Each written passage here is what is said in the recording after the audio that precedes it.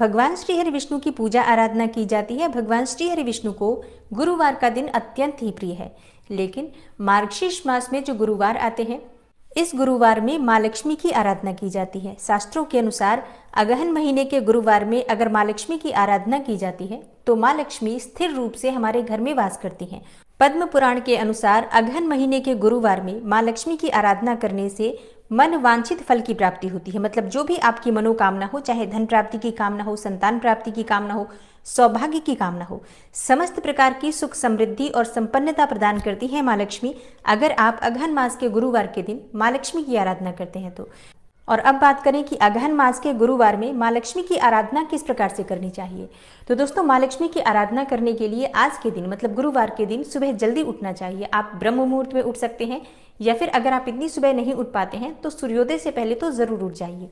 उठकर स्नान इत्यादि से निवृत्त होकर और साफ शुद्ध वस्त्र धारण करना चाहिए। प्रयास करें कि आज के दिन आप पीले रंग के वस्त्र धारण करें या फिर गुलाबी या लाल रंग के वस्त्र धारण करें, शुभ रंगों के वस्त्र धारण करें।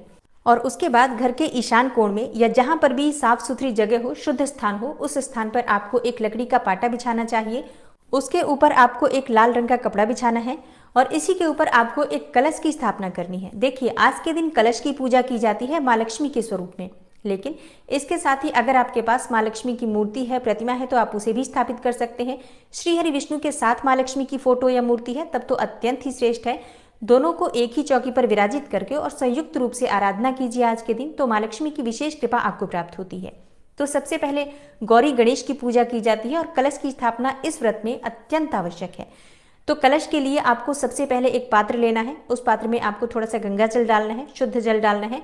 उसके बाद एक सिक्का, सुपारी, साबुत हल्दी और अक्षत पुष्प इत्यादि डालकर और कलश तैयार कीजिए। कलश के नीचे आपको थोड़े से चावल रखने हैं। अगर आप पीले रंग का चावल रखते हैं तो अत्यंत श्रेष्ठ होगा, नहीं तो सफ़ेद चावल भी रख सकते हैं। पीला चावल बनाने के लिए चावल में थोड़ा सा हल्दी मिला दीजिए और हल्का सा पानी डालकर, मतलब बहुत जरा सा पानी डालकर आप चावल को मिला देंगे तो चावल का रंग पीला हो जाता है।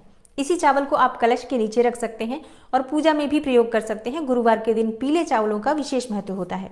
तो चावल की ढेरी बनाकर उसी के ऊपर आपको कलश की स्थापना करनी है। कलश के ऊपर आपको पंचपल्लव रखना है, मतलब आम के पत्ते रख दीजिए, अशोक के पत्ते रख दीजिए और इसके बाद एक प्लेट से ढक दीजिए और उस प्लेट में थोड़े से चावल रखकर उसी के ऊपर आप नारियल की स्थापना कर दीजिए। और हाँ, कलश में भी आपको स्वास्तिक बनाना है। आप रोली से स्वास्तिक बना सकते हैं और कलश के गले में कलावा लपेट दीजिए। आप 3 बार या 1 बार भी कलावा लपेट सकते हैं। कलश को खाली नहीं रखना चाहिए, उसमें कलावा जरूर बांधना चाहिए। और नारियल के ऊपर भी आपको लाल रंग की एक चुन्नी ओढ़ानी है, क्योंकि आज के दिन मतलब अगहन मास के गुरुवार में माँ लक्ष्मी की पूजा कलश के स्वरूप में ही की जाती है। तो आप चाहें तो एक फोटो भी उस नारियल के ऊपर चिपका सकते हैं, नहीं तो कोई बात नहीं, आप सिर्फ नारियल को ही चुन्नी ओढ़ा दीजिए और उस पर हल्दी तिलक इत्यादि करेंगे। माँ लक्ष्मी का स्वरूप मानकर इनकी विधिवत पूजा आराधना की जाती है। कलश माँ लक्ष्मी की जहाँ पर आपने मूर्ति रखी है, मतलब चौकी के दाईं तरफ आपको कलश रखना है चौकी के ऊपर, और वहीं पर आपको एक शुद्ध घी का दीपक प्रज्वलित करना है। और दीपक के नीचे भी आपको थोड़े से अक्षत जरूर रखने हैं, क्योंकि खाली दीपक नहीं रखा जाता है। तो थोड़े से चावल रखकर और उसी के ऊपर आपको दीपक रखना है।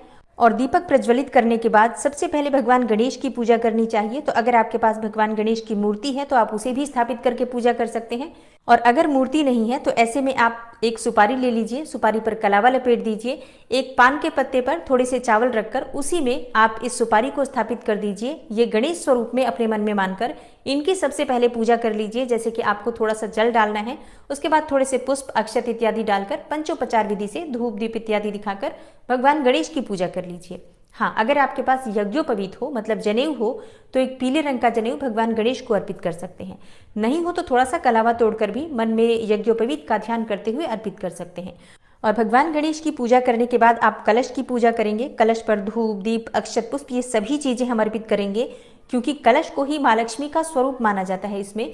इसलिए विधि विधान से कलश की पूजा कीजिए और उसके बाद लक्ष्मी और भगवान श्री हरि विष्णु की जो मूर्ति या प्रतिमा आपने स्थापित की है, या सिर्फ श्री माँ लक्ष्मी की मूर्ति भी स्थापित कर सकते हैं, प्रतिमा भी स्थापित कर सकते हैं, जो भी आपके पास उपलब्ध हो, उनकी पूजा विधि विधान से कर लीजिए। जब भी आप अकेले लक्ष्मी की पूजा करते हैं, श्री हरि विष्णु की मूर्ति प्रतिमा ना हो आपके पास, तो सबसे पहले आपको भगवान श्री हरि विष्णु का मन में ध्यान करना चाहिए और उनका मन में पूजन करते हुए उसके बाद से आपको लक्ष्मी जी का पूजन करना चाहिए। देखिए, जहां पर श्री हरि विष्णु का वास होता है वहीं पर माँ लक्ष्मी वास करती हैं। अगर आप स्थिर वास चाहते हैं माँ लक्ष्मी का, तो सबसे पहले नारायण का ध्यान कीजिए। और उसके बाद लक्ष्मी जी की पूजा कीजिए तो आपके घर में माँ लक्ष्मी का स्थिर वास होता है। तो पूजा में आपके पास जो भी सामग्री है, जैसे कि लाल पुष्प जरूर होना चाहिए, पीले पुष्प भी आपके पास उपलब्ध हो तो अत्यंत श्रेष्ठ है। देखिए, आज के दिन माँ लक्ष्मी की पूजा सुगंधित पुष्पों से की जाती है, तो आपके पास जितने भी पुष्प उपलब्ध हो ज्यादा से ज्यादा पुष्प इत्यादि अर्पित करके माँ लक्ष्मी की पूजा कीजिए। पान के पत्ते पर सुपारी रखकर माँ लक्ष्मी को अर्पित कीजिए। और हाँ, ये तो पूजा की विधि हो गई। आप जानते ही हैं कि पंचोपचार विधि से, षोडशोपचार विधि से आप पूजा कर सकते हैं। इसके साथ ही भोग में आप चाहें जो भी वस्तु आपके पास उपलब्ध हो अर्पित कर सकते हैं। खीर का प्रसाद अर्पित कर सकते हैं, चाहे तो मिठाई का भोग लगा सकते हैं, फलों का भोग लगा सकते हैं। ये पूरी तरह से भक्तों की सामर्थ्य पर निर्भर करता है। तो अपनी शक्ति सामर्थ्य के अनुसार माँ लक्ष्मी की विधि विधान से पूजा कीजिए और उसके बाद माँ लक्ष्मी की आरती कीजिए। पूजा में सबसे ज्यादा आवश्यक होता है मंत्रों का जप करना। जितना अधिक आप मंत्र जप करेंगे माँ लक्ष्मी का, श्री हरि विष्णु के मंत्रों का आज जितना अधिक जप करेंगे उतनी अधिक आपको माँ लक्ष्मी की कृपा प्राप्त होगी, नारायण की कृपा प्राप्त होगी। तो आप आज के दिन विष्णु सहस्त्र नाम का पाठ कर लीजिए, गुरुवार तो है ही। इसके साथ ही आप माँ लक्ष्मी के किसी भी मंत्र का अधिक से अधिक संख्या में जप कर सकते हैं, या फिर श्री सूक्त का पाठ कर सकते हैं, कनकधारा स्तोत्र का पाठ कर सकते हैं। कितनी संख्या में करना है ये पूरी तरह से आपके ऊपर निर्भर करता है, लेकिन हाँ, 1 या 2 बार नहीं, कम से कम 16 बार आपको पाठ करना चाहिए अगर आप सच में माँ लक्ष्मी की विशेष कृपा प्राप्त करना चाहते हैं तो। और जैसा कि इस व्रत में सुबह और शाम दोनों समय पूजा की जाती है, तो सुबह आप चाहें तो संक्षिप्त रूप से पूजा कर सकते हैं, जैसे कि पंचोपचार विधि से थोड़ी सी पूजा कर लीजिए चौकी स्थापित करके। और विशेष पूजा, जैसे कि अगर सुबह आपके पास समय न हो मंत्र जप इत्यादि करने का, तो शाम के समय संध्या काल में अधिक से अधिक संख्या में मंत्र जप कर सकते हैं, पूजा कर सकते हैं। शाम की पूजा विशेष रूप से बहुत वैभवपूर्ण तरीके से होनी चाहिए। अगर आपके पास कमल का पुष्प उपलब्ध हो तो हर गुरुवार को आप कमल का पुष्प अर्पित कर सकते हैं। सुहाग की अर्पित की जाती है तो आप या तो पहले ही गुरुवार को अर्पित कर दीजिए, और अगर आप पहले गुरुवार को नहीं करते हैं तो अंतिम गुरुवार को अवश्य ही करनी चाहिए। और इस पूजा में व्रत की कथा भी जरूर पढ़नी चाहिए। आप चाहे तो सुबह पढ़ सकते हैं, समय सुबह ना हो तो आप शाम के समय भी पढ़ सकते हैं। हाँ, एक विशेष नियम होता है जो इस व्रत में किया जाता है। सुबह जब आप सोकर उठते हैं, स्नान इत्यादि करने के बाद जब आप पूजा करेंगे तो अपने घर के मुख्य द्वार पर दोनों तरफ शुद्ध घी के दीपक प्रज्वलित करने चाहिए। माँ लक्ष्मी का आवाहन किया जाता है कि हे माँ लक्ष्मी, आप मेरे घर में पधारें, मेरे घर में आपका स्थिर वास है। अब ये नियम बहुत से लोग सुबह ब्रह्म मुहूर्त में कर लेते हैं। अगर आप सुबह जल्दी उठ जाते हैं और सुबह ब्रह्म मुहूर्त में, मतलब आप सूर्योदय से पहले कर लीजिए, अगर इस समय भी कर लेते हैं तो अत्यंत श्रेष्ठ है। मान लीजिए आप सुबह सूर्योदय से पहले नहीं कर पाते हैं तो सूर्योदय के बाद भी कर सकते हैं। सुबह भी कर सकते हैं 2 दीपक प्रज्वलित, और शाम के समय भी कर सकते हैं। ये पूरी तरह से जरूरी नियम है जिसका पालन आपको जरूर करना चाहिए। और हाँ, घर के मुख्य द्वार से घर के अंदर तक, जहाँ पर आप माँ लक्ष्मी की चौकी या प्रतिमा स्थापित कर रहे हैं, वहां तक माँ लक्ष्मी के चरण चिन्ह, जो कि आती हुई माँ लक्ष्मी के चरण चिन्ह होते हैं, उसे अंकित किए जाते हैं। इसके साथ ही घर में रंगोली बनाई जाती है। घर के मुख्य द्वार पर रंगोली बनाकर वहां पर एक शुद्ध घी का दीपक भी प्रज्वलित किया जाता है। और अगर आपको रंगोली बनानी नहीं आती है तो आप सिर्फ स्वास्तिक के चिन्ह बना दीजिए, लेकिन ध्यान रखिए कि माँ लक्ष्मी के चरण चिन्ह और स्वास्तिक जो आपने बनाए हैं इन पर किसी का पैर न पड़े, बस इस बात का ध्यान रखना है। और ये निशान आप सुबह भी बना सकते हैं, चाहे तो शाम को भी बना सकते हैं, संध्या पूजा से पहले भी बना सकते हैं, क्योंकि देखिए सुबह इतना समय सबके पास नहीं होता है कि सुबह ये सब चीजें कर पाए। तो ऐसे में आप दिन में कर सकते हैं, जब सुबह के काम से आप फ्री होते हैं तो उसके बाद दिन में ये सारी पूजा की तैयारी भी कर लीजिए और शाम को विधिवत माँ लक्ष्मी की पूजा आराधना कीजिए। दिन भर आपको व्रत रहना होता है। व्रत में आप फलाहार कर सकते हैं। सुबह के समय जैसे पूजा कर लेते हैं उसके बाद से आप फलाहार कर सकते हैं, और शाम के समय आप चाहे तो भोजन कर सकते हैं। अब बहुत से भक्त शाम को मीठा भोजन करते हैं, लेकिन कई भक्त सेंधा नमक का भी प्रयोग करते हैं। वैसे प्रयास करना चाहिए कि शाम के भोजन में नमक अगर आप ना लें तो ये ज्यादा अच्छा होगा। और शाम के समय पूजा करने के बाद चौकी नहीं हटानी चाहिए। चौकी आप अगले दिन हटाएंगे, मतलब अगले दिन जब आप उठेंगे शुक्रवार के दिन, तब स्नान इत्यादि कर लीजिए और फिर आप पंचोपचार विधि से चौकी पर जो माँ लक्ष्मी विराजित है इनकी पूजा कर लीजिए, भोग अर्पित कीजिए, आरती कीजिए। उसके बाद से आप चौकी हटा सकते हैं। अब चौकी पर रखी हुई सामग्री का क्या करना है, देखिए कलश के नीचे जो हम चावल रखते हैं वो आप पक्षियों को डाल दीजिए। कलश में जो पानी है वो आप तुलसी की क्यारी में या किसी भी पौधे में डाल सकते हैं।